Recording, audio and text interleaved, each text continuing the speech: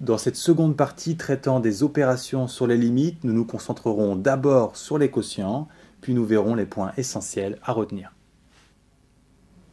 Si une suite tend vers 5 et que l'autre tend vers 3, le rapport tend vers 5 tiers. Aucun problème. Maintenant, si la première suite tend vers 5 et la deuxième tend vers 0, on a un problème plus compliqué.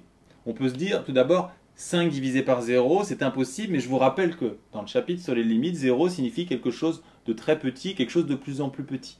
Donc il faut répondre à la question, que signifie 5 divisé par quelque chose de très petit?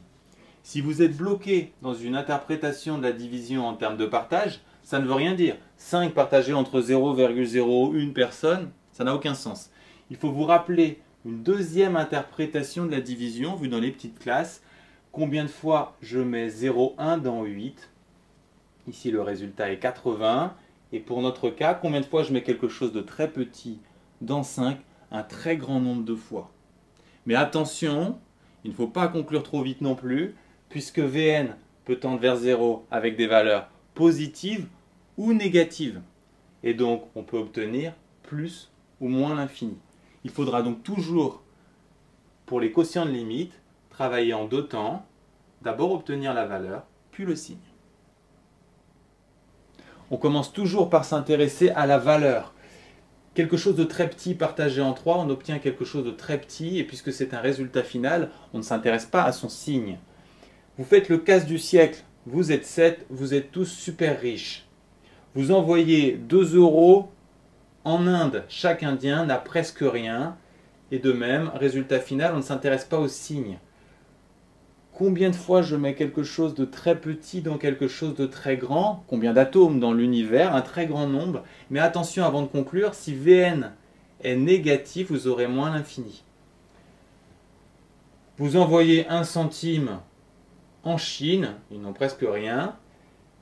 Combien de fois peut-on mettre quelque chose de très petit dans quelque chose de très petit? Tout dépend des tailles respectives, donc on ne peut pas conclure. Et même chose pour des valeurs très grandes. Alors pourquoi 0 sur 0 est une forme indéterminée? On peut le comprendre avec un exemple concret en se demandant combien d'atomes je peux mettre dans une puce, et le résultat est un nombre gigantesque. Par contre, combien de puces je peux mettre dans un atome? Aucune. Donc je peux obtenir des résultats très grands ou très petits, et cette diversité, je peux la retrouver en utilisant des puissances de 10 qui me donnent des résultats très grands, très petits ou finis. Pour l'infini, sur l'infini, on peut s'appuyer sur les suites de référence. N tend vers l'infini, n carré aussi, mais leur rapport vaut 1 sur n qui tend vers 0. Par contre, si je prends n carré sur n, les deux suites tendent bien vers l'infini, et leur rapport qui vaut n tend aussi vers l'infini. Cette diversité, je peux également la retrouver avec des puissances de 10. Alors, que retenir de l'ensemble de ce cours Opérations sur les limites? Tout d'abord, les limites de référence. Notez premièrement que ce résultat est valable pour toute puissance supérieure à 2. Notez également que 1 sur n cube ou 1 sur n5 n'ont pas à être justifiés, ils sont considérés comme des connaissances de cours. Quelques idées incontournables pour comprendre les opérations sur les limites. Tout d'abord, 0 ne signifie pas vraiment 0, mais quelque chose de très petit et de plus en plus petit. Et réciproquement, quelque chose de très petit doit être interprété comme quelque chose qui se rapproche de 0. Pour les produits et les quotients, toujours travailler d'abord en termes de valeur, puis en termes de signes, et enfin pour les divisions, n'oubliez pas l'interprétation en termes de décompte. Vous avez 3 possibilités pour trouver les opérations sur les limites.